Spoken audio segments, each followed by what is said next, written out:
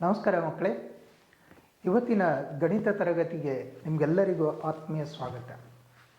ಇಂದು ನಾವು 10ನೇ ತರಗತಿ ಗಣಿತ ಭಾಗ 1ರ ಮೊದಲ ಅಧ್ಯಾಯವಾದ ವಾಸ್ತವ ಸಂಖ್ಯೆಗಳು ರಿಯಲ್ ನಂಬರ್ಸ್ ಅದರಲ್ಲಿರುವಂಥ ಅಭ್ಯಾಸ 1.2 ಕಲಿತೀವಿ.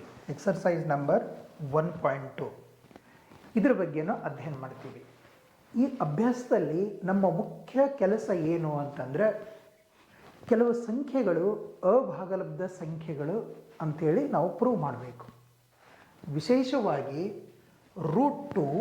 ವಿಶೇಷವಾಗಿ ನಾವು ಪ್ರೂವ್ ಮಾಡಬೇಕಾಗಿದ್ದೇನು ಅಂತಂದರೆ √2 ನಂತವು, √5, √3, ನಂತರ 3 + 2 × √5, 1/√2, ನಂತರ ಏನಂತಂದರೆ 7 × √5 ಮತ್ತು 6 + √2 ಇವುಗಳನ್ನು ತಾರ್ಕಿಕವಾಗಿ ಸಾಧಿಸ್ತೀವಿ.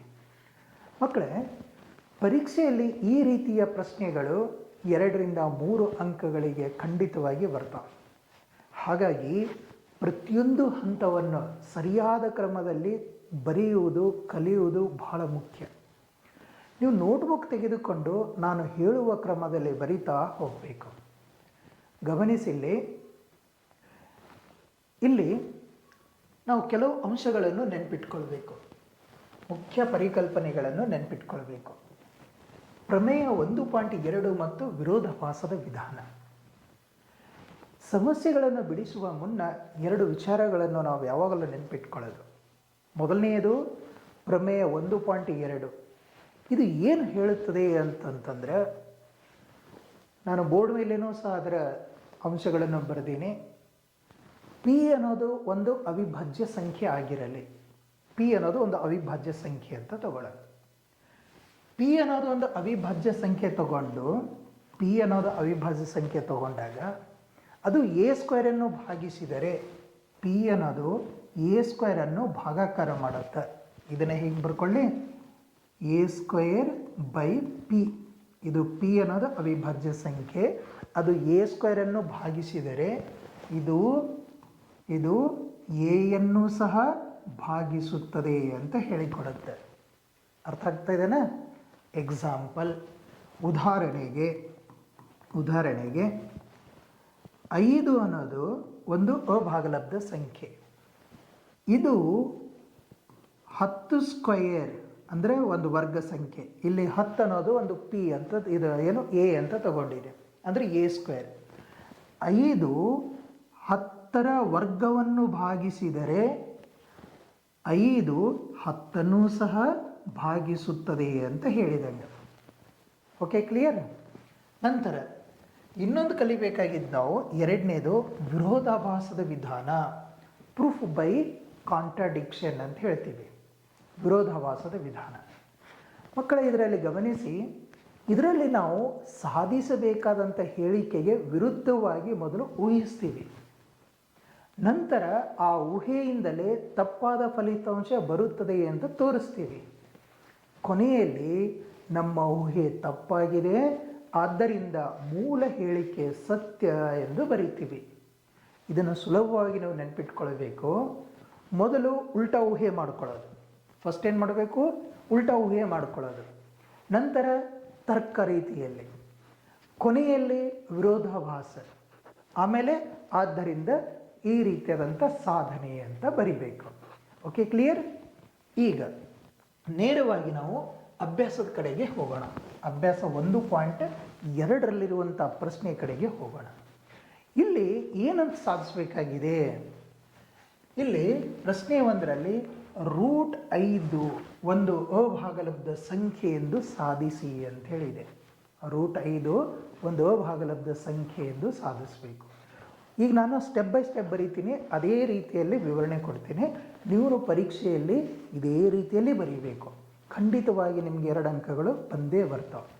ಇವು ಒಂದನೇದು, √5 ಒಂದು ಅಭಾಗಲಬ್ಧ ಸಂಖ್ಯೆ ಎಂದು ಸಾಧಿಸಿ ಅಂತ ಹೇಳಿದೆ. ಫಸ್ಟ್ ಏನು ಬರೀಬೇಕು? √5 ಒಂದು ಭಾಗಲಬ್ಧ ಸಂಖ್ಯೆ ಎಂದು ಊಹಿಸೋಣ ಅಥವಾ ಆಗಿರಲಿ. ಫಸ್ಟ್ ಸ್ಟೆಪ್ ಬರೀಲಿ, √5 ಒಂದು ಭಾಗಲಬ್ಧ ಸಂಖ್ಯೆ ಆಗಿರಲಿ. ಒಂದು ಭಾಗಲಬ್ಧ ಸಂಖ್ಯೆಯಾಗಿರಲಿ ಅಂತ ಬರೀಬೇಕು. ಫಸ್ಟ್ ಇದು. ನಂತರ ಅದು ಭಾಗಲಬ್ಧ ಸಂಖ್ಯೆ ಅಂತಂದ್ರೆ ಏನಂದ್ರೆ ಯಾವ ರೂಪದಲ್ಲಿರುತ್ತೆ? A by B, A upon B ರೂಪದಲ್ಲಿರುತ್ತಿಲ್ಲ ಅಂದ್ರೆ ಆದ್ದರಿಂದ √5 is equal to A upon B ರೂಪದಲ್ಲಿ ಇರಬೇಕು ಅಂತ ಆಗುತ್ತೆ.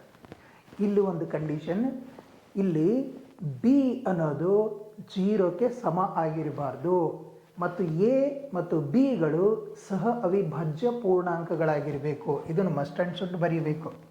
ಇಲ್ಲಿ ಬಿ ನಾಟ್ ಈಕ್ವಲ್ ಟು 0, ಆಮೇಲೆ ಎ ಆ್ಯಂಡ್ ಬಿ ಇವುಗಳು ಸಹ ಅವಿಭಾಜ್ಯಗಳು, ಕೋ ಪ್ರೈಮ್ ನಂಬರ್, ಸಹ ಅವಿಭಾಜ್ಯ ಆಗಿರಲಿ, ಅವಿಭಾಜ್ಯ ಸಂಖ್ಯೆಗಳು ಅಂತ ಬರ್ಕೋಬೇಕು. ಓಕೆ, ಹಿಂಗೆ ಹಂತ ಹಂತವಾಗಿ ಬರಿಬೇಕು. ಕರೆಕ್ಟಾಗಿ ಫಾಲೋ ಮಾಡಿರಿ ನಾವು. ಇವು ಅವಿಭಾಜ್ಯ ಸಂಖ್ಯೆಗಳು ಅಥವಾ ಅವಿಭಾಜ್ಯ ಪೂರ್ಣಾಂಕಗಳು ಅಂತ ಬರೀತೀರಿ. ಅವಿಭಾಜ್ಯ ಪೂರ್ಣಾಂಕಗಳು ಏನೋ ಸಹ ಅವಿಭಾಜ್ಯ ಪೂರ್ಣಾಂಕಗಳು ಅಂತ ಬರೆದ್ಬಿಡ್ರಿ. ಓಕೆನಾ? ಈ ರೀತಿಯಲ್ಲಿ ಬರೀಬೇಕು. ಕ್ಲಿಯರ್? ನೆಕ್ಸ್ಟ್ ಸ್ಟೆಪ್, ಇದನ್ನು ಹಿಂಗೆ ಕ್ರಾಸ್ ಮಲ್ಟಿಪ್ಲಿಕೇಶನ್ ಮಾಡಲಿ ಅಂದರೆ ಇಲ್ಲಿಂದ ಈ ಕಡೆಗೆ ಅಂದರೆ ಏನಾಗುತ್ತದು? B into √5 is equal to A ಅಂತಾಗತ್ತೆ. ಓಕೆ, ನಂತರ ಎರಡೂ ಕಡೆಗೆ ವರ್ಗಗೊಳಿಸಬೇಕು. ಯಾಕಂತಂದ್ರೆ √5 ಅಂತ ತೆಗಿಬೇಕಲ್ಲ ನಾವು. ಅದಕ್ಕೇನು ಮಾಡಬೇಕು? ಎರಡೂ ಕಡೆಗೆ ವರ್ಗಗೊಳಿಸಿದಾಗ ಎರಡೂ ಕಡೆಗೆ ವರ್ಗ ಮಾಡೋಣ ಅಂದರೆ ಏನಾಗುತ್ತೆ? B into √5 whole square is equal to A square. ಏನು ಮಾಡಿದ್ದೀವಿ ಇಲ್ಲಿ? ಎರಡೂ ಕಡೆಗೆ ವರ್ಗ ಮಾಡೀವಿ. ಎರಡೂ ಕಡೆ ವರ್ಗಗೊಳಿಸಿದಾಗ ಎರಡೂ ಕಡೆಗೆ ವರ್ಗ ಮಾಡೀವಿ. ವರ್ಗ ಮಾಡಿದರೆ ಏನಾಗುತ್ತೆ? ಇಲ್ಲಿ ನೋಡು, ಬಿ ಸ್ಕ್ವಯರ್, ಇದು ಬಿ ಸ್ಕ್ವಯರ್ ಆಯಿತು, ಹಿಂಗಾಗತ್ತಲ್ಲ. B square into square root cancel ಅಂದರೆ 5 ಆಯಿತು, is equal to A square ಅಂತ ಆಯಿತು. ಗೊತ್ತಾಗ್ತಾ ಇದ್ದೇನೆ? ಇಲ್ಲಿ ಇದನ್ನು ಸಿಂಪ್ಲಿಫೈ ಹೆಂಗೆ ಬರ್ಕೊಳ್ಳೋಣ ನಾವು? ಬಿ ಸ್ಕ್ವಯರ್ ಇದನ್ನು ಈ ಕಡೆ ತೊಗೊಳ್ತೀವಿ ನೋಡಿ. B square is equal to A square upon ಇದನ್ನು ಈ ಕಡೆ ತೊಗೊಂಡು ಬರ್ತೀನಿ 5. ಸಮೀಕರಣ 1 ಅಂತ ತಗೊಳ್ಳೋಣ. ಇಲ್ಲಿ ಗಮನಿಸಿ, ಈಗ ನಮಗೆ ಪ್ರಮೇಯ 1.2 ನೆನಪು ಬರಬೇಕಿಲ್ಲಿ. ಇಲ್ಲಿ ಪ್ರಮೇಯ 1.2 ನೆನಪು ಮಾಡ್ಕೊಳ್ಬೇಕು ನಾವು.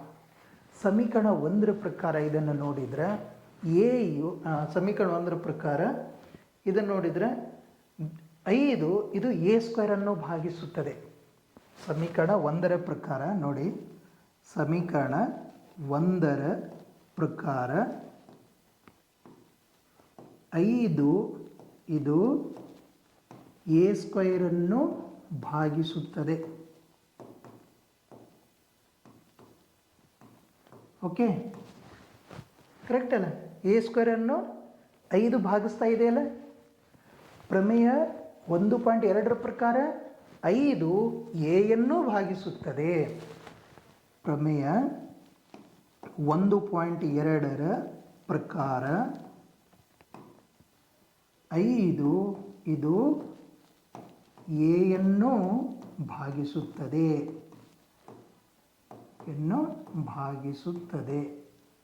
ಅರ್ಥ ಆಗಿದೆ? ಇದು ನಾನು ಫಸ್ಟಿಗೆ ಹೇಳಿದ್ದೀನಿ, ಇದನ್ನು ಮೊದಲಿಗೆ ಏನಂತಂದ್ರೆ ಈ ಅಂಶವನ್ನು ಹೇಳಿದ್ದೀನಿ. ನೆಕ್ಸ್ಟ್ ಗಮನಿಸಿ, ಇದರಲ್ಲಿ ಪ್ರಮುಖ ಅಂಶ ನೋಡಿ, ಇದರಿಂದ ಎ ಅನ್ನೋದು ಇಲ್ಲಿ ಮೇನ್ ಹೇಳ್ತೇನೆ, ಇಲ್ಲಿ ಗಮನಿಸಿ. ಈಗ ಇನ್ನೊಂದು ಬಾರಿಗೆ ನೋಡಿ, ಎ ಸ್ಕ್ವಯರನ್ನು 5 ಭಾಗಿಸುತ್ತದೆ ಅಂತ ಹೇಳಿದ್ದೀವಿ. ಹಾಗಾಗಿ ಅದು ಎಯನ್ನು 5 ಭಾಗಿಸುತ್ತದೆ ಅಂತ. ಓಕೆ, ಇದನ್ನೇ ನೋಡಿ, ಈಗ 5 25 ಭಾಗಿಸುತ್ತದೆ.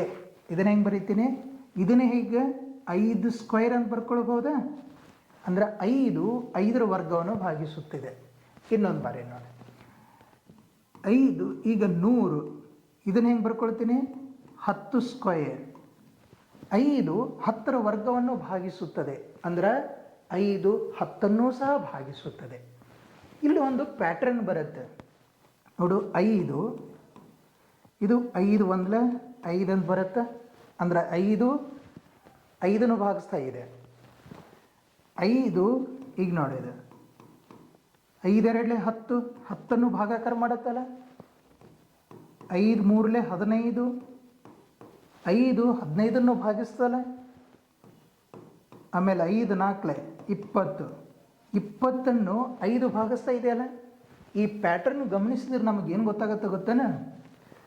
5 ಅಂದರೆ ಫಿಕ್ಸ್ಡ್ ಇದೆ, ಭಾಗಾಕಾರ ಆಗುತ್ತೆ ಅಂದರೆ ಇದ್ರ ಜೊತೆಗೆ ಯಾವುದೋ ಒಂದು ಸಂಖ್ಯೆ ಇರುತ್ತೆ, ಅದನ್ನು ನಾನು ಸಿ ಅಂತ ತಗೊಳ್ತೀನಿ. ಅಂದರೆ ಈ ಪ್ಯಾಟರ್ನ್ ಇರುತ್ತೆ. ಅದರ ಅರ್ಥ 5 ಇದು ಎ ಅಂತ ಬರೆದ್ಬಿಡ್ರಿ. ಇದರ ಅರ್ಥ ಏನಪ್ಪ ಅಂತಂದರೆ ಇಲ್ಲಿ ಎ ಅನ್ನೋದು ಇಲ್ಲಿ 5C ರೂಪದಲ್ಲಿರುತ್ತೆ ಅಂತ ಬರ್ಕೊಳ್ಬೇಕು. ಅರ್ಥ ಆಯ್ತಾ? ಅಂಥೇಳಿ ನಾವು ಬರೆಯೋಣ. ಆಗಿರಲಿ ಅಂತ ಬರ್ಕೊಳ್ಳೋಣ. ಅರ್ಥ ಆಯ್ತಾ ಇದು ಯಾಕೆ ಬರ್ತೀನಿ ಅಂಥೇಳಿ? ಇದನ್ನು ಗಮನಿಸ್ಬೇಕಿಲ್ಲಿ. ನಂತರ ಇಲ್ಲಿ A is equal to 5C ಅನ್ನು ಸಮೀಕರಣ 1ರಲ್ಲಿ ಆದೇಶ ಮಾಡಿಬಿಡೋಣ. ಓಕೆನಾ? A is equal to 5C ಅನ್ನು ಸಮೀಕರಣ 1ರಲ್ಲಿ ಆದೇಶಿಸಿ. ಸಮೀಕರಣ 1ರಲ್ಲಿ ಆದೇಶಿಸಿ ಬಿಡೋಣ. ಸಮೀಕರಣ 1ರಲ್ಲಿ ಗಮನಿಸಿ, ಇಲ್ಲಿ B square is equal to A square by 5 ಇದೆ. ಎ ಅಂದರೆ ಏನು ತೊಗೋಬೇಕಂತೇಳಿ ನಾನು 5C ಇಸ್ ಈಕ್ವಲ್ ಇದು ಹೋಲ್ ಸ್ಕ್ವಯರ್ ಬೈ ಏನಿದೆ 5ಕ್ಕೆ 5 ಅದ ರೀ. ಇದನ್ನೇ ಸಿಂಪ್ಲಿಫೈ ಮಾಡಿದ್ರೆ B square is equal to 5ರ ವರ್ಗ 25, ಇದು ಸಿ ಸ್ಕ್ವಯರ್ ಆಯಿತು ಅಪಾನ್ 5 ಆಯಿತು. ಇದನ್ನು ಸಿಂಪ್ಲಿಫೈ ಮಾಡೋಣ. 5 1 5 5 25. B square is equal to 5C square. ಇದನ್ನು ಹೇಗೆ ಬರೀಲಿ? C square is equal to ಇದನ್ನು ಈ ಕಡೆ ಇದೆ ಅಂದರೆ ಬಿ ಸ್ಕ್ವಯರ್ ಬೈ 5 ಆಯಿತು. ಅರ್ಥ ಆಗ್ತಾ ಇದೆಯಾ? ಮತ್ತೆ ಇಲ್ಲಿ ನೋಡಿ, b square is equal to A square by 5 ಆಯಿತು. ಇಲ್ಲಿ c square is equal to b square by 5 ಆಯ್ತಲ್ಲ. ಅರ್ಥ ಆಗ್ತಾ ಇದೆಯಾ? ಅದರ ಅರ್ಥ ಇಲ್ಲಿಯೂ ಸಹ ಅಂದರೆ ಬಿ ಸ್ಕ್ವಯರನ್ನು ಅಂದರೆ 5 ಬಿ ಸ್ಕ್ವಯರನ್ನು ಭಾಗಿಸುತ್ತಿದೆ. ಅರ್ಥ ಆಗ್ತಾ ಇದೆ? 5 ಬಿ ಸ್ಕ್ವಯರನ್ನು ಭಾಗಿಸುತ್ತಿದೆ. ಇಲ್ಲಿ 5 ಇದು ಬಿ ಸ್ಕ್ವಯರನ್ನು ಭಾಗಿಸುತ್ತದೆ.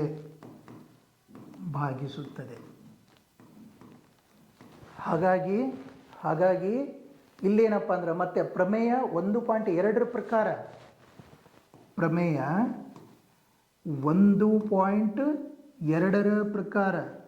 1.2 ಪ್ರಕಾರ 5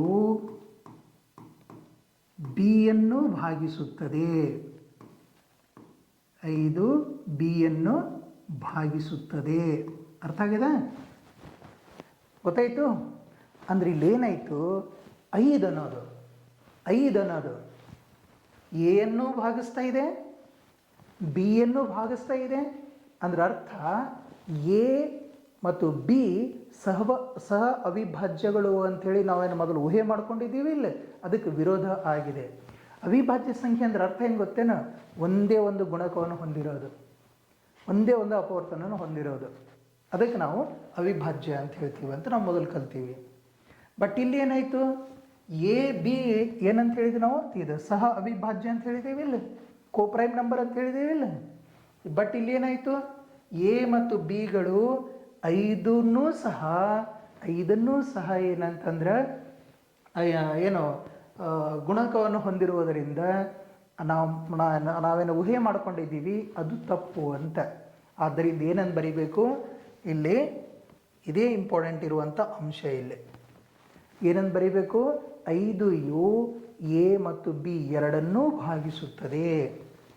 ಇಲ್ಲಿ 5 ಎ ಮತ್ತು ಬಿ ಎರಡನ್ನು ಭಾಗಿಸುತ್ತಿದೆ, ಎರಡನ್ನು ಭಾಗಾಕಾರ ಮಾಡ್ತಾ ಇದೆ. ಆದ್ದರಿಂದ ಇದು ಎ ಬಿ ಸಹ ಅವಿಭಾಜ್ಯಗಳು ಎಂಬ ಊಹೆಗೆ ವಿರೋಧ. ಇದು ಎ ಬಿಗಳು ಸಹ ಅವಿಭಾಜ್ಯ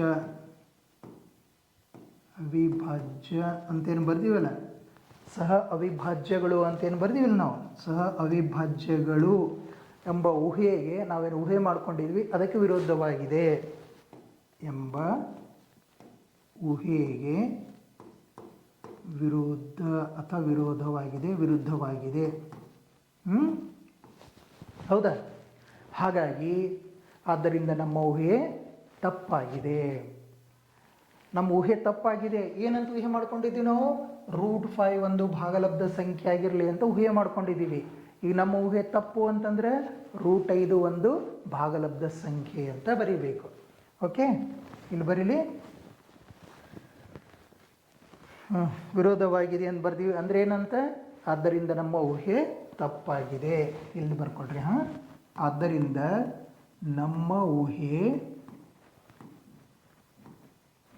ತಪ್ಪಾಗಿದೆ. ನಾವು ಮಾಡ್ಕೊಂಡಿರ್ತೀವಿ ಊಹೆ ತಪ್ಪು. √5 ಒಂದು ಅಭಾಗಲಬ್ಧ ಸಂಖ್ಯೆ. √5 ಒಂದು ಅಭಾಗಲಬ್ಧ ಸಂಖ್ಯೆ.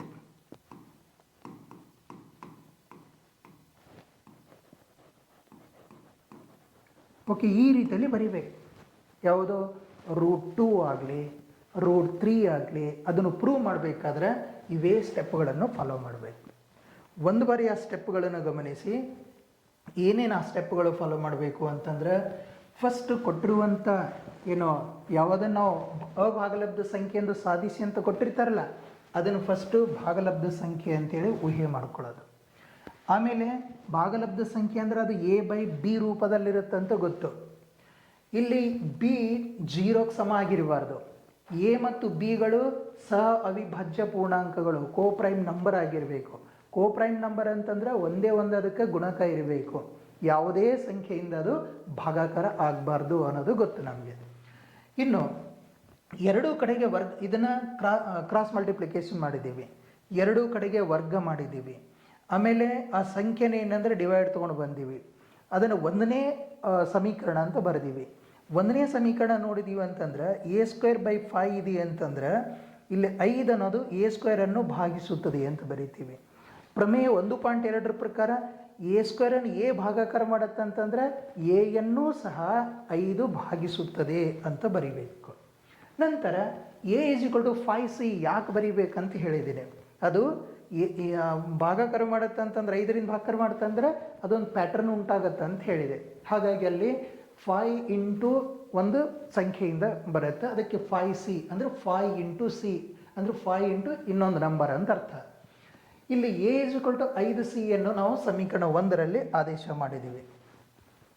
ನಂತರ ಸಮೀಕರಣ 1 ಏನಿದೆ? b² = a² / 5 ಅಂತಿದೆಯಲ್ಲ.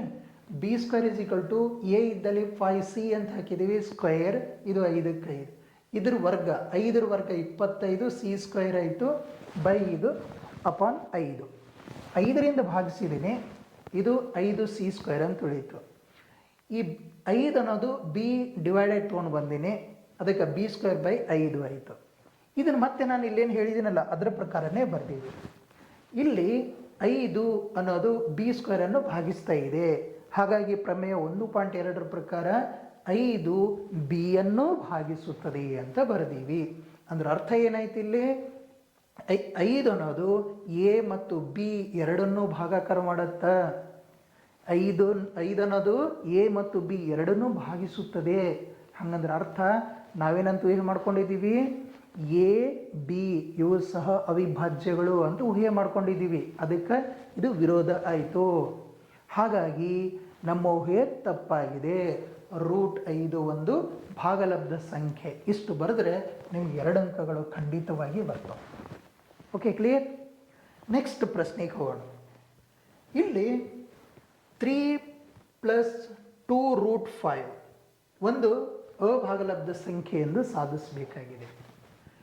ಬನ್ನಿ ಮಕ್ಕಳು, ಇದರಲ್ಲಿ ಮತ್ತೊಂದು ವಿಶೇಷ ಅಂಶನ ನೋಡೋಣ. ಈಗ ನಾವು √5 ಒಂದು ಭಾಗಲಬ್ಧ ಸಂಖ್ಯೆ ಎಂದು ಸಾಧಿಸಿದ್ದೀವಿ. ಈ ಪ್ರಶ್ನೆಯಲ್ಲಿ ನಾವು ವಿರೋಧಾಭಾಸ ವಿಧಾನ ಬಳಸಿದ್ದೀವಿ. ಇದನ್ನು ಯಾವ ರೀತಿಯಲ್ಲಿ ಪ್ರೂವ್ ಮಾಡಿದೀವಿ ಅಂತಲೂ ಹೇಳಿದ್ದೀನಿ. ಓಕೆ, ಅದಕ್ಕಾಗಿ ಮೊದಲು ನೀವು √5 ಒಂದು ಭಾಗಲಬ್ಧ ಸಂಖ್ಯೆ ಎಂದು ಊಹಿಸ್ಕೊಳ್ರಿ. ಭಾಗಲಬ್ಧ ಸಂಖ್ಯೆ ಅಂದರೆ ಅದನ್ನು a ರೂಪದಲ್ಲಿ ಬರಿಬೇಕು ಅಂತ ತಿಳ್ಕೋಬೇಕು. ಇಲ್ಲಿ b 0 ಆಗಿರಬಾರ್ದು ಅಂತಲೇ ಹೇಳಿದ್ದೀನಿ. ಮತ್ತು a bಗಳು ಸಹ ಅವಿಭಾಜ್ಯಗಳಾಗಿರಬೇಕು. ಈ ಸಾಲನ್ನು ಪರೀಕ್ಷೆಯಲ್ಲಿ ತಪ್ಪದೇ ಬರಿಬೇಕು ನೀವು. ಅರ್ಥ ಆಯ್ತಾ? ಇನ್ನು ಇದು ಗಮನಿಸಬೇಕು. 3 + 2√5 ಅನ್ನೋದು ಒಂದು ಭಾಗಲಬ್ಧ ಸಂಖ್ಯೆ ಅಂತ ಪ್ರೂವ್ ಮಾಡಬೇಕು ನಾವು. ಓಕೆ, ಸೇಮ್ ಅದೇ ರೀತಿಯಲ್ಲಿ ಬರೆಯೋದು. ಯಾವುದು? ಮೊದಲು ಇದರಲ್ಲಿ ಬರೀತೀನಿ ನೋಡಿ. 3 + 2√5 ಇದಕ್ಕೇನಂತ ಬರೀಬೇಕು? ನಾವು ಭಾಗಲಬ್ಧ ಸಂಖ್ಯೆ ಆಗಿರಲಿ ಅಂತ ಊಹಿಸ್ಕೊಳ್ಬೇಕು. ಒಂದು ಭಾಗಲಬ್ಧ ಸಂಖ್ಯೆ ಆಗಿರಲಿ. ಒಂದು ಒಂದು ಭಾಗಲಬ್ಧ ಸಂಖ್ಯೆ ಅಂದರೆ ಒಂದು ಭಾಗಲಬ್ಧ ಸಂಖ್ಯೆ ಅಂತೇಳಿ ಊಹಿಸ್ಕೊಳ್ಬೇಕು. ಒಂದು ಭಾಗಲಬ್ಧ ಸಂಖ್ಯೆ ಎಂದು ಊಹಿಸೋಣ, ಎಂದು ಊಹೆ ಮಾಡೋಣ ಅಂತ. ಅರ್ಥ ಆಗತ್ತೆ? ಇದು ಒಂದು ಸ್ಟೆಪ್. ನೆಕ್ಸ್ಟ್ ಏನು ಮಾಡಬೇಕು? ಭಾಗಲಬ್ಧ ಸಂಖ್ಯೆ ಅಂದರೆ ಅದು a/b ರೂಪದಲ್ಲಿರಬೇಕಿಲ್ಲ. ಇದೇ ರೀತಿಯಲ್ಲಿ ಬರೆಯೋದು. ಅಂದರೆ 3 + 2√5 = a/b. ಬಟ್ ಇಲ್ಲಿ b ≠ 0.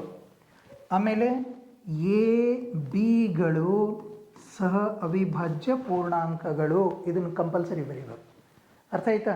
a bಗಳು ಸಹ ಅವಿಭಾಜ್ಯ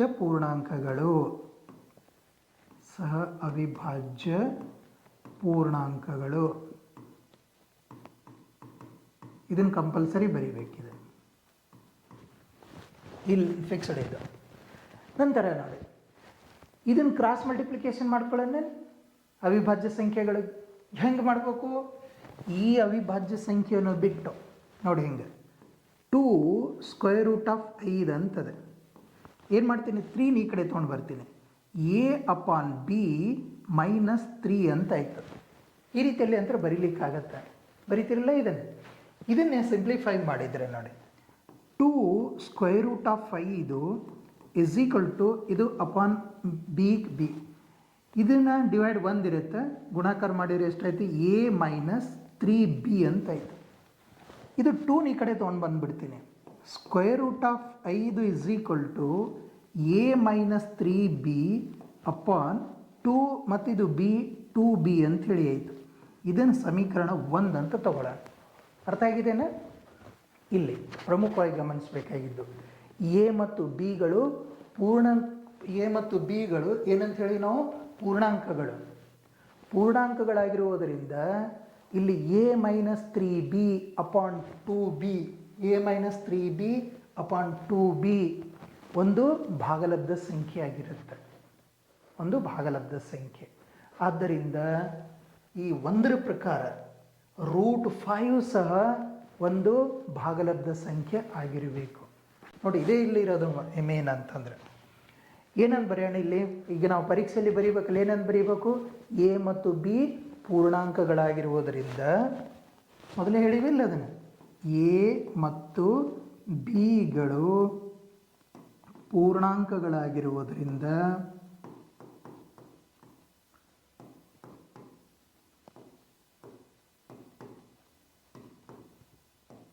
a ಮತ್ತು bಗಳು ಪೂರ್ಣಾಂಕಗಳಾಗಿರುವುದರಿಂದ a - 3b upon 2b a - 3b upon 2b ಇದು. ಯಾಕಂದರೆ a ಇದು ಪೂರ್ಣಾಂಕ -3 ಇದನ್ನು ಪೂರ್ಣಾಂಕನಾಗಿರುತ್ತೆ, ಹೌದಲ್ಲ? ಇದಕ್ಕೆ ಇದು ಏನಾಗಿರುತ್ತೆ? ಒಂದು ಭಾಗಲಬ್ಧ ಸಂಖ್ಯೆ ಆಗಿರುತ್ತೆ. ಇದು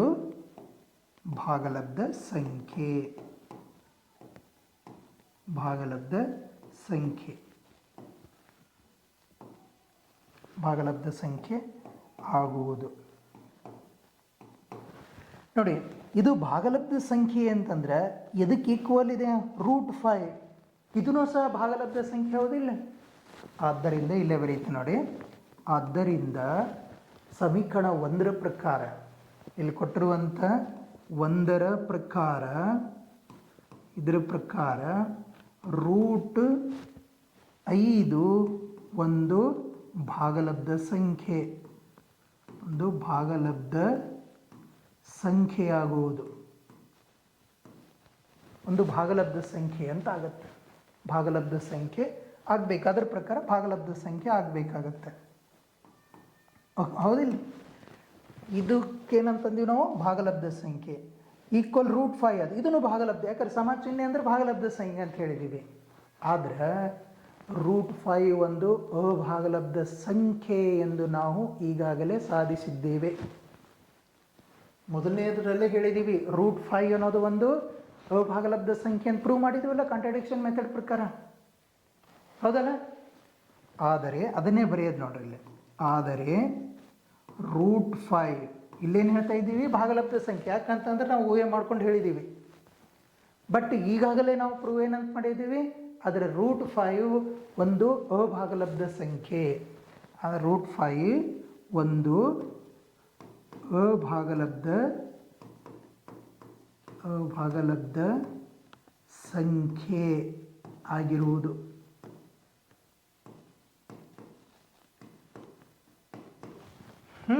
ಕರೆಕ್ಟಾ? ಹೀಗಾಗಿ ಇದು ವಿರೋಧಾಭಾಸವನ್ನು ಉಂಟು ಮಾಡುತ್ತೆ. ಇದು ವಿರೋಧಾಭಾಸ, ಇದು ವಿರೋಧಾಭಾಸ, ಇದು ವಿರೋಧಾಭಾಸವನ್ನು ಉಂಟು ಮಾಡುತ್ತೆ. ಆದ್ದರಿಂದ ನಮ್ಮ ಊಹೆ ತಪ್ಪಾಗಿದೆ. ಆದ್ದರಿಂದ ನಮ್ಮ ಊಹೆ ತಪ್ಪಾಗಿದೆ. ಆದ್ದರಿಂದ ನಮ್ಮ ಊಹೆ ತಪ್ಪಾಗಿದೆ. ನಮ್ಮ ಊಹೆ ತಪ್ಪಾಗಿದೆ ಅಂದರೆ ಅರ್ಥ ಏನಿಲ್ಲ? ಹೀಗಾಗಿ 3 + 2√5 ಅನ್ನೋದು ಒಂದು ಅಭಾಗಲಬ್ಧ ಸಂಖ್ಯೆ. ಹೀಗಾಗಿ 3 + 2 × √5 ಒಂದು ಅಭಾಗಲಬ್ಧ ಸಂಖ್ಯೆ, ಅಭಾಗಲಬ್ಧ ಸಂಖ್ಯೆ ಆಗಿದೆ. ಈ ರೀತಿಯಲ್ಲಿ ಬರೀಬೇಕು. ಗೊತ್ತಾಯಿತು? ಈ ರೀತಿಯಲ್ಲಿ ಬೇರೆ ಯಾವುದೇ ಸಂಖ್ಯೆಯಲ್ಲಿ 2 + 3√5 ಇರಲಿ, 3 + 2√7 ಇರಲಿ, ಈ ರೀತಿಯಲ್ಲಿ ಪ್ರೂವ್ ಮಾಡಿರಿ ಅಂತಂದರೆ ನಾವೇನು ಮಾಡಬೇಕು ಅಂತಂದರೆ ಈ ಸ್ಟೆಪ್ಗಳನ್ನು ಫಾಲೋ ಮಾಡಬೇಕು. ಪರೀಕ್ಷೆಯಲ್ಲಿ ಇದೇ ರೀತಿಯಲ್ಲಿ ಬರೀಬೇಕು. ಈ ರೀತಿಯಲ್ಲಿ ನೀವು ಬರೆದಿರಿ ಅಂತಂದರೆ ಖಂಡಿತವಾಗಿ ನೀವೇನಂತಂದರೆ ಪೂರ್ಣಾಂಕಗಳನ್ನು ಪಡ್ಕೊಳ್ತೀರಿ. ಓಕೆ, ಇಲ್ಲಿ ನಾವು ಯಾವುದೋ ವಿರೋಧಾಭಾಸ ವಿಧಾನವನ್ನು ಬಳಕೆ ಮಾಡಿದ್ದೀವಿ ಅಂತ ಹೇಳಿದ್ದೀವಿ. ಓಕೆ, ಅರ್ಥ ಆಯಿತು? ನೆಕ್ಸ್ಟ್ ಇದರ ಮುಂದಿನ ಪ್ರಶ್ನೆ ಸಂಖ್ಯೆ 3ರಲ್ಲಿ ಸಬ್ ಪ್ರಶ್ನೆಗಳಿದಾವೆ. ಇದ್ರಾಗ ಏನು ಕೊಟ್ಟಿದ್ದಾರೆ? ಪ್ರಶ್ನೆ ಸಂಖ್ಯೆ 3ರಲ್ಲಿ 1ನೇ ಪ್ರಶ್ನೆ 1/√2 ಇದನ್ನು ಒಂದು ಅಭಾಗಲಬ್ಧ ಸಂಖ್ಯೆ ಅಂಥೇಳಿ ನಾವು ಪ್ರೂವ್ ಮಾಡಬೇಕು. ಸೇಮ್ ಅವೇ ಸ್ಟೆಪ್ಗಳನ್ನು ಫಾಲೋ ಮಾಡೋದು. 1/√2 ಇದನ್ನೇನು ಅನ್ಬೇಕು ನಾವು? ಅಭಾಗಲಬ್ಧ ಸಂಖ್ಯೆ ಅಂತ ಪ್ರೂವ್ ಮಾಡಬೇಕು. ಫಸ್ಟ್ ಏನಂತ ಊಹಿಸ್ಕೊಳ್ಬೇಕು? ಅದನ್ನು ಭಾಗಲಬ್ಧ ಸಂಖ್ಯೆ ಅಂಥೇಳಿ ಊಹಿಸ್ಕೊಳ್ಬೇಕು. ಹಾಗೆ ಬರೀತೀನಿ ನೋಡಿ. 1/√2 ಒಂದು ಭಾಗಲಬ್ಧ ಸಂಖ್ಯೆ ಎಂದು ಊಹಿಸೋಣ. ಒಂದು ಭಾಗಲಬ್ಧ ಸಂಖ್ಯೆ.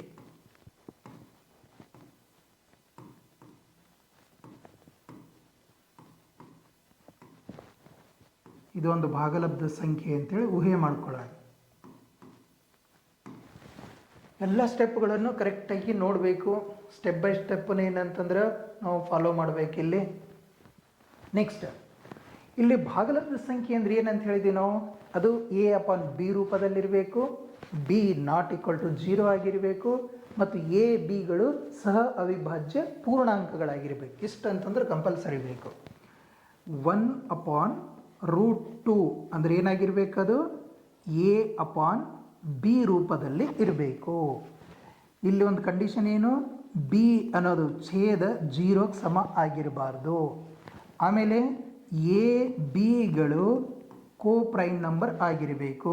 ಎ ಬಿಗಳು ಸಹ ಅವಿಭಾಜ್ಯಗಳು, ಸಹ ಅವಿಭಾಜ್ಯ ಪೂರ್ಣಾಂಕಗಳಾಗಿರಬೇಕು. Okay, clear?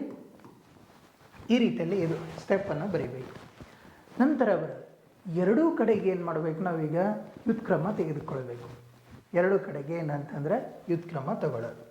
ನೋಡಿ ಇದನ್ನು ಹಿಂಗೆ ಕ್ರಾಸ್ ಮಲ್ಟಿಪ್ಲಿಕೇಶನ್ ಮಾಡಿದರೆ 1 into b, b is equal to a root 2. B is equal to a root 2.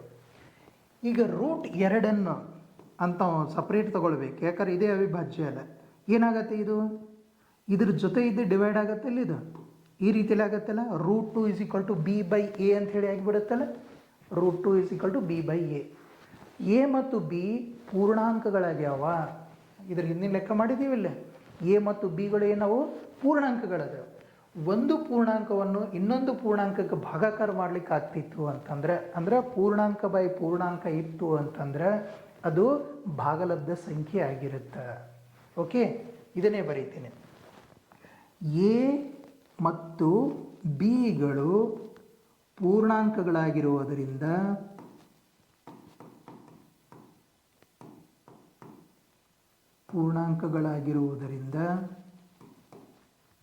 ಹೌದಿಲ್ರಿ, ಪೂರ್ಣಾಂಕಗಳಾಗಿರುವುದರಿಂದ B by A ಒಂದು ಭಾಗಲಬ್ಧ ಸಂಖ್ಯೆ. ಬಿ ಬೈ ಎ ಒಂದು ಭಾಗಲಬ್ಧ ಸಂಖ್ಯೆ.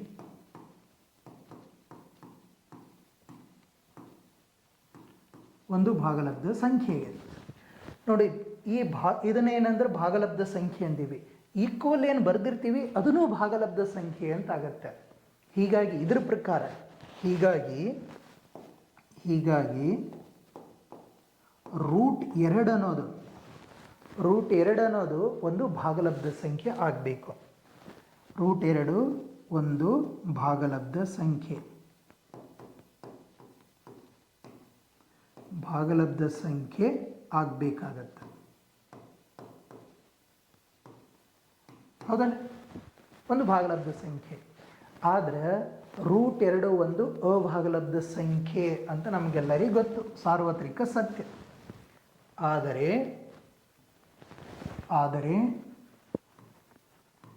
ರೂಟ್ 2 ಒಂದು ಅಭಾಗಲಬ್ಧ ಸಂಖ್ಯೆ. ಇದು ಅಭಾಗಲಬ್ಧ ಸಂಖ್ಯೆಯಾಗಿದೆ. ಹೌದಲ್ರಿ?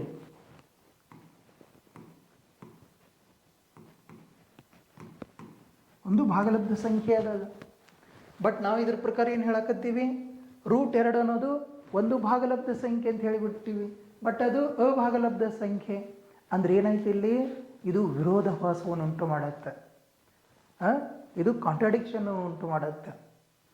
ಆದ್ದರಿಂದ ಇದು ವಿರೋಧಾಭಾಸ.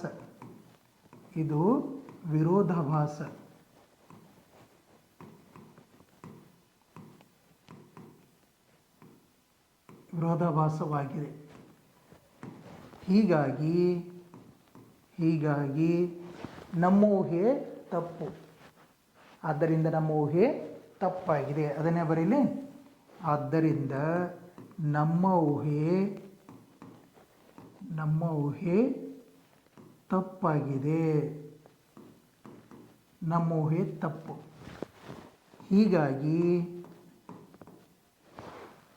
1/√2 ಒಂದು ಅಭಾಗಲಬ್ಧ ಸಂಖ್ಯೆ.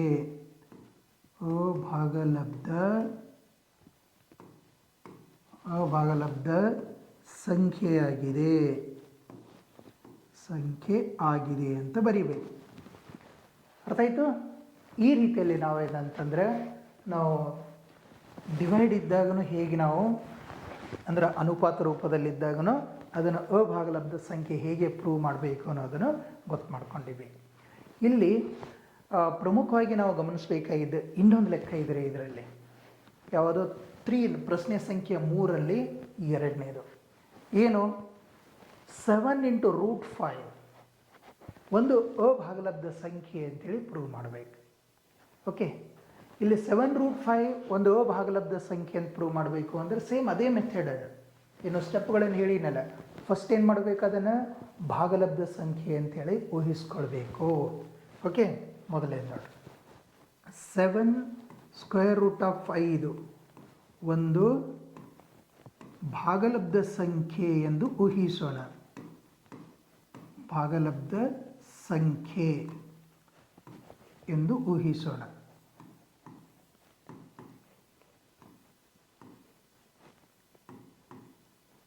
ಓಕೆ, ಫಸ್ಟ್ ಅಂತ ಬರೀ ಭಾಗಲಬ್ಧ ಸಂಖ್ಯೆ ಅಂದರೆ ಯಾವ ರೂಪದಲ್ಲಿರಬೇಕಂತ ಹೇಳಿದೆನ, a/b ರೂಪದಲ್ಲಿರಬೇಕು. ಇಲ್ಲಿ b≠0 ಆಗಿರಬೇಕು ಮತ್ತು a ಮತ್ತು bಗಳು ಸಹ ಅವಿಭಾಜ್ಯ ಪೂರ್ಣಾಂಕಗಳಾಗಿರಬೇಕು ಅನ್ನೋದನ್ನು ಬರೀಬೇಕು. ಅಂದರೆ 7√5 = ಅದು a/b ರೂಪದಲ್ಲಿರಬೇಕು. ಒಂದು ಕಂಡೀಷನ್ ಏನು, b≠0 ಆಗಿರಬೇಕು. ಆಮೇಲೆ a ಮತ್ತು bಗಳು ಇವೇನಾಗಿರಬೇಕು, ಸಹ ಅವಿಭಾಜ್ಯ ಪೂರ್ಣಾಂಕಗಳಾಗಿರಬೇಕು. ಸಹವಿಭಾಜ್ಯ ಪೂರ್ಣಾಂಕಗಳಾಗಿರಬೇಕು. ಓಕೆ,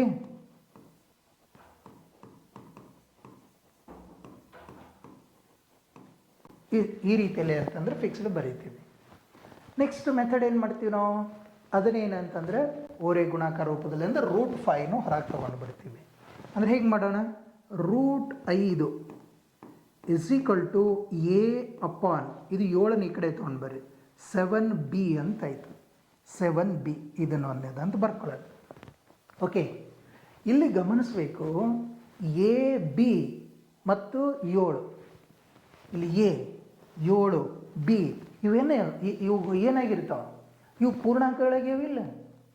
ಅಂದ್ರೆ ಪೂರ್ಣಾಂಕ ಅಪಾನ್ ಪೂರ್ಣಾಂಕ ಅಂದ್ರೆ ಅರ್ಥ ಏನು, ಅದು ಭಾಗಲಬ್ಧ ಸಂಖ್ಯೆ ಅಂತ ಅರ್ಥ. ಓಕೆ, ಇಲ್ಲಿ ಗಮನಿಸಿ, ಇಲ್ಲಿ ಏನಂತ ಹೇಳಿ ನಾವು, a b ಇವುಗಳು ಪೂರ್ಣಾಂಕಗಳು, ಜೊತೆಗೆ 7 ಸಹ a b ಮತ್ತು 7 ಪೂರ್ಣಾಂಕಗಳಾಗಿವೆ. ಇವು ಪೂರ್ಣಾಂಕಗಳಾಗಿವೆ.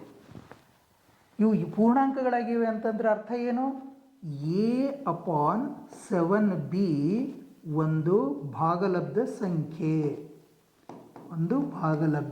ಸಂಖ್ಯೆ. ಅದರ ಅರ್ಥ ಏನಾಗುತ್ತೆ, ಪೂರ್ಣಾಂಕ ಅಪಾನ್ ಪೂರ್ಣಾಂಕ ಇತ್ತಂದರೆ ಅದು ಭಾಗಲಬ್ಧ ಸಂಖ್ಯೆನೇ ಆಗಿರಬೇಕು ಅಂತ. ಇದು ಭಾಗಲಬ್ಧ ಸಂಖ್ಯೆ ಅಂತಂದೀವಿ ಅಂತಂದರೆ ಇದು ಎದಕ್ಕೆ ಈಕ್ವಲ್, ಅದರ ಸಮ ಇರುವಂಥ ಎಲ್ಲವೂ ಸಹ ಭಾಗಲಬ್ಧ ಸಂಖ್ಯೆ ಅಂತ ಅಂದ್ಕೊಳ್ತಾವೆ. ಇಲ್ಲಿ a/7b ಭಾಗಲಬ್ಧ ಸಂಖ್ಯೆ ಅಂದರೆ 7√5 ಸಹ ಭಾಗಲಬ್ಧ ಸಂಖ್ಯೆ ಆಗತ್ತೆ ಅಂಥೇಳಿ ನಾವು ಇದ್ರ ಪ್ರಕಾರ ಹೇಳ್ತೀವಿ. ಹೀಗಾಗಿ √5 ಒಂದು ಭಾಗಲಬ್ಧ ಸಂಖ್ಯೆ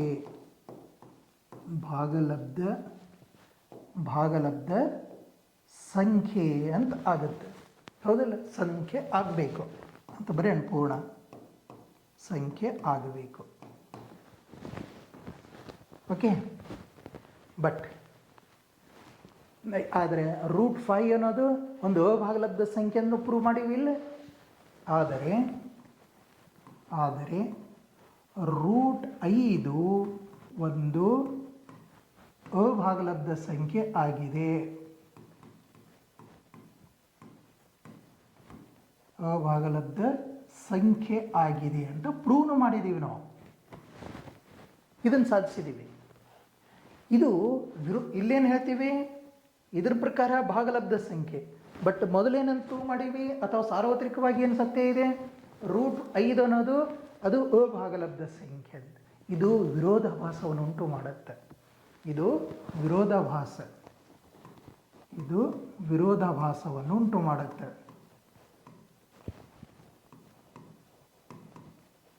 ಹೌದಿಲ್ಲ, ವಿರೋಧಾಭಾಸವನ್ನು ಉಂಟು ಮಾಡುತ್ತೆ ಅಂದ್ರೆ ಅರ್ಥ ಏನು, ನಮ್ಮ ಊಹೆ ತಪ್ಪಾಗಿದೆ. ಆದ್ದರಿಂದ ನಮ್ಮ ಊಹೆ ತಪ್ಪಾಗಿದೆ, ನಮ್ಮ ಊಹೆ ತಪ್ಪಾಗಿದೆ ಅಂತ ಅರ್ಥ. ಏನಂತ ಊಹೆ ಮಾಡ್ಕೊಂಡಿದ್ದೀವಿ ನಾವು? 7 × √5 ಒಂದು ಭಾಗಲಬ್ಧ ಸಂಖ್ಯೆ ಆಗಿರಲಿ ಅಂತ ಊಹೆ ಮಾಡ್ಕೊಂಡಿದ್ದೀವಿಲ್ಲ. ಬಟ್ ನಾವು ಊಹೆ ತಪ್ಪು ಅಂತಂದ್ರೆ ಅರ್ಥ ಏನು? ಅದು ಅಭಾಗಲಬ್ಧ ಸಂಖ್ಯೆ ಅಂತ. ಹೀಗಾಗಿ 7 × √5 ಇದು ಒಂದು ಅಭಾಗಲಬ್ಧ ಸಂಖ್ಯೆ ಆಗಿದೆ, ಒಂದು ಅಭಾಗಲಬ್ಧ ಸಂಖ್ಯೆ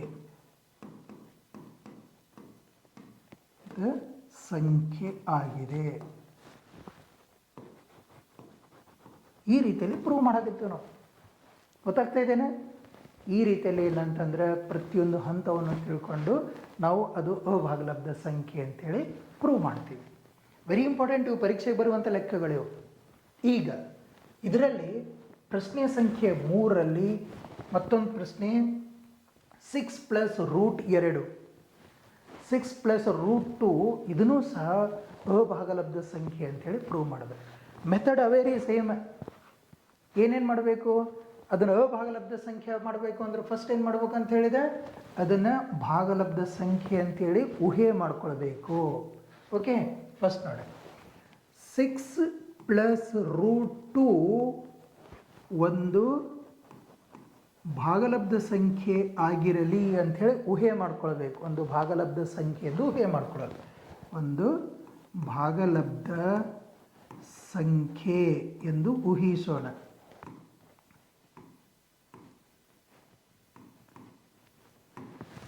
ಅದು ಭಾಗಲಬ್ಧ ಸಂಖ್ಯೆ ಅಂತಂದ್ರೆ ಯಾವ ರೂಪದಲ್ಲಿರುತ್ತೆ ಅಂತ ಹೇಳಿದ್ವಿ ನಾವು? ಎಲ್ಲ ಸೇಮ್ ಸ್ಟೆಪ್ ಅದ. ಅಂದ್ರಲ್ಲಿ ಅದು A/B ರೂಪದಲ್ಲಿರಬೇಕು. B 0ಗೆ ಸಮ ಆಗಿರಬಾರ್ದು. A ಮತ್ತು Bಗಳು ಸಹ ಅವಿಭಾಜ್ಯ ಪೂರ್ಣಾಂಕಗಳಾಗಿರಬೇಕು. ಇಷ್ಟಂದ್ರೆ ಇರಬೇಕು, ಅದನ್ನೇ ಬರಿಬೇಕು. ಅಂದ್ರೆ 6 + √2 ಇದು A/B ರೂಪದಲ್ಲಿರಬೇಕು. ಒಂದು ಬ್ರ್ಯಾಕೆಟ್ನಲ್ಲಿ ಏನು ಬರಿಬೇಕು? ಇದರ ಛೇದ ಏನಿರುತ್ತೆ ನೋಡು, ಅದು 0 ಆಗಿರಬಾರ್ದು. ಮತ್ತು ಇವು ಸಂಖ್ಯೆಯನ್ನು ತೊಗೊಂಡು A ಮತ್ತು B ಅಂತ ತೊಗೊಂಡು ನೋಡು, ಅದು A/Bಗಳು ಇವು ಸಹ ಅವಿಭಾಜ್ಯ ಪೂರ್ಣಾಂಕಗಳಾಗಿರಬೇಕು. ಸಹ ಅವಿಭಾಜ್ಯ ಪೂರ್ಣಾಂಕಗಳು ಆಗಿರಬೇಕು. ಸರಿನಾ? ಪೂರ್ಣಾಂಕಗಳು ಆಗಿರಬೇಕು. ಎಸ್, ಈ ಸ್ಟೆಪ್ ಅಂತಂದ್ರೆ ಬೇಕು. ಈಗೇನು ಮಾಡೋಣ?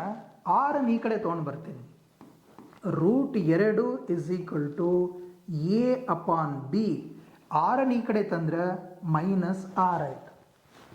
ಇದು √2 = ಇದು B, ಇದು ಅಪಾನ್ ಹಾಗೆ ಬರ್ಕೊಳ್ತೀನಿ. ಇದು A ಮೈನಸ್ ಇದೇನಾಗುತ್ತೆ 6B ಅಂಥೇಳಿ ಆಗುತ್ತೆ. ಈ ಟೈಪ್ ಲೆಕ್ಕ ಮಾಡೀವಿ ನೋಡ್ರಿ ನಾವು. ಇಲ್ಲಿ ಗಮನಿಸ್ಬೇಕು. ಇಲ್ಲಿ ಮೇನ್ ಇಂಪಾರ್ಟೆಂಟ್ ಏನು ಅಂತಂದ್ರೆ ಇದು ಒಂದೇದೇನು ಅದ ನೋಡ್ರಿ. ಇದು A/B ಇವುಗಳು ಏನು ಪೂರ್ಣಾಂಕಗಳೆಲ್ಲ. ಪೂರ್ಣಾಂಕ ಅಪಾನ್ ಪೂರ್ಣಾಂಕ ಇತ್ತಂದ್ರೆ ಏನಾಗುತ್ತೆ? ಪೂರ್ಣಾಂಕನೇ ಆಗತ್ತಲ್ಲ. ಹಾಗಾಗಿ A - 6B/B ಅನ್ನೋದು ಭಾಗಲಬ್ಧ ಸಂಖ್ಯೆ. ಅಂದರೆ ಏನಂತ ಬರೀಬೇಕು? ಇಲ್ಲಿ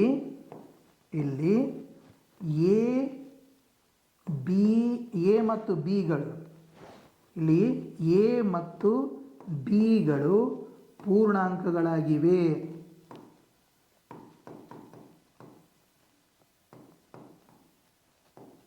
A ಮತ್ತು Bಗಳು ಪೂರ್ಣಾಂಕಗಳು. ಆದ್ದರಿಂದ A - 6B/B ಒಂದು ಭಾಗಲಬ್ಧ ಸಂಖ್ಯೆ. ಒಂದು ಭಾಗಲಬ್ಧ ಸಂಖ್ಯೆ ನೋಡಿ. ಭಾಗಲಬ್ಧ ಸಂಖ್ಯೆ ಈಕ್ವಲ್ ಇದ್ದದ್ದನ್ನು ಸಹ ಭಾಗಲಬ್ಧ ಸಂಖ್ಯೆನೇ ಆಗತ್ತ. ಹೀಗಾಗಿ √2 ಒಂದು ಭಾಗಲಬ್ಧ ಸಂಖ್ಯೆ ಆಗಬೇಕು. ಹೀಗಾಗಿ √2 ಒಂದು ಭಾಗಲಬ್ಧ ಸಂಖ್ಯೆ ಆಗಬೇಕು. ಒಂದು ಭಾಗಲಬ್ಧ ಸಂಖ್ಯೆ ಆಗಬೇಕು.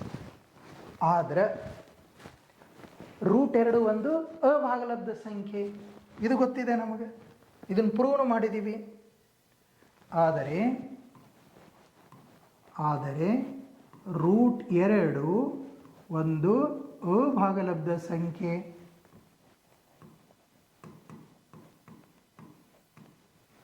ಒಂದು ಅಭಾಗಲಬ್ಧ ಸಂಖ್ಯೆ. ಇಷ್ಟೊತ್ತನ ಏನಂತ ಹೇಳಿದ್ವಿ ನಾವು, √2 ಒಂದು ಭಾಗಲಬ್ಧ ಸಂಖ್ಯೆ ಆಗಬೇಕಿದ್ರ ಪ್ರಕಾರ. ಆದ್ರೆ ಸತ್ಯ ಸಂಗತಿ ಇರೋದೇನು, ಅದು ಒಂದು ಅಭಾಗಲಬ್ಧ ಸಂಖ್ಯೆ. ಇದೇನು ವಿರೋಧಾಭಾಸವನ್ನು ಉಂಟು ಮಾಡುತ್ತೆ. ಆದ್ದರಿಂದ ನಮ್ಮ ಊಹೆ ತಪ್ಪಾಗಿದೆ. ಇದು ವಿರೋಧಾಭಾಸವನ್ನು ಉಂಟು ಮಾಡುತ್ತದೆ. ಇದು ವಿರೋಧಾಭಾಸವಾಗಿದೆ. ವಿರೋಧಾಭಾಸವಾಗಿದೆ. ಆದ್ದರಿಂದ ನಮ್ಮ ಊಹೆ ತಪ್ಪಾಗಿದೆ. ನಮ್ಮ ಊಹೆ ತಪ್ಪು. ನಮ್ಮ ಊಹೆ ತಪ್ಪು ಅಂತಂದರೆ ಇದೇನಾಯಿತು, ನಾವು ಏನಂತ ಊಹೆ ಮಾಡಿದ್ದೀವಿ, 6 + √2 ಒಂದು ಭಾಗಲಬ್ಧ ಸಂಖ್ಯೆ ಅಂತ ಊಹಿಸಿದ್ದೀವಿ. ಇಲ್ಲ, ನಮ್ಮ ಊಹೆ ತಪ್ಪಂದ್ರೆ ಅರ್ಥ ಏನು, ಅದು ಅಭಾಗಲಬ್ಧ ಸಂಖ್ಯೆ ಅಂತ ಅರ್ಥ. ಹೀಗಾಗಿ 6 + √2 ಒಂದು ಅಭಾಗಲಬ್ಧ ಸಂಖ್ಯೆ ಆಗಿದೆ. ಒಂದು ಅಭಾಗಲಬ್ಧ ಸಂಖ್ಯೆ ಆಗಿದೆ.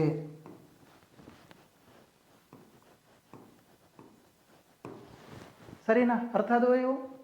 ಹೀಗೆ ನಾವು ಪ್ರತಿಯೊಂದು ಹಂತವನ್ನು ಸ್ಪಷ್ಟವಾಗಿ ಏನಂತಂದ್ರೆ ಬರಿತೀವಿ. ಪ್ರತಿ ಸಾಧನೆಯಲ್ಲಿ ನಾವೇನಂದು ಬರಿತೀವಿ, ಅದರ ಊಹೆಗಳನ್ನು ಹೇಗೆ ಮಾಡಬೇಕಂತ ಸ್ಟೆಪ್ಗಳನ್ನು ಬರ್ಕೊಳ್ತೀವಿ. ಆದ್ದರಿಂದ ಮಕ್ಕಳೇ, ಇವತ್ತು ನಾವು ಅಭ್ಯಾಸ 1.2ರ ಎಲ್ಲ ಪ್ರಮುಖ ಸಾಧನೆಗಳನ್ನು ಕಲ್ತಿದ್ದೀವಿ. ಈ ಎಲ್ಲ ಪ್ರಶ್ನೆಗಳಲ್ಲಿಯೂ ಒಂದೇ ಮೂಲ ತಂತ್ರ ಇದೆ. ಒಂದೇ ಒಂದು. ಮೊದಲು ಭಾಗಲಬ್ಧ ಅಂತೇಳಿ ಊಹಿಸ್ಕೊಳ್ಬೇಕು. ನಂತರ ಅದರಿಂದ √2 ಅಥವಾ √5 ಭಾಗಲಬ್ಧ ಆಗುತ್ತದೆ ಎಂಬ ವಿರೋಧಾಭಾಸ ತೋರಿಸೋದು. ಓಕೆ, ಪರೀಕ್ಷೆಯಲ್ಲಿ ಬರೆಯುವಾಗ ನೀವು 3 ವಿಷಯಗಳನ್ನು ಮರಿಬೇಡಿ. ಒಂದು, A/B ಅಂತ ಬರೆಯೋದು. A/B ಅಂಥೇಳಿ ಬರೆಯೋದು, ಈ ರೂಪದಲ್ಲಿ ಬರಿಬೇಕು.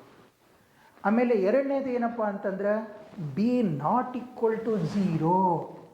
B ≠ 0 ಮತ್ತು AB ಸಹ ಅವಿಭಾಜ್ಯಗಳು ಅನ್ನೋದನ್ನು ಬರಿಲೇಬೇಕು. ಓಕೆ. ಮೂರನೇದೇನಪ್ಪ, ಮೂರನೇ ಪ್ರಮುಖವಾಗಿ ನಾವು ಗಮನಿಸಬೇಕಿದ್ದೇನು ಅಂತಂದರೆ, ಕೊನೆಯಲ್ಲಿ ನಮ್ಮ ಊಹೆ ತಪ್ಪಾಗಿದೆ ಅಂಥೇಳಿ ಬರಿಬೇಕು. ಇದೇ ಕ್ರಮದಲ್ಲಿ ನೀವು ಅಭ್ಯಾಸ ಮಾಡಿದರೆ ಅಭ್ಯಾಸ 1.2ರ ಪ್ರಶ್ನೆಗಳಲ್ಲಿರುವಂಥ ಪೂರ್ಣ ಅಂಕ ಪಡೆಯಬಹುದು. ಮುಂದಿನ ತರಗತಿಯಲ್ಲಿ ಮತ್ತೆ ಹೊಸ ವಿಷಯದೊಂದಿಗೆ ಭೇಟಿಯಾಗೋಣ. ಧನ್ಯವಾದಗಳು.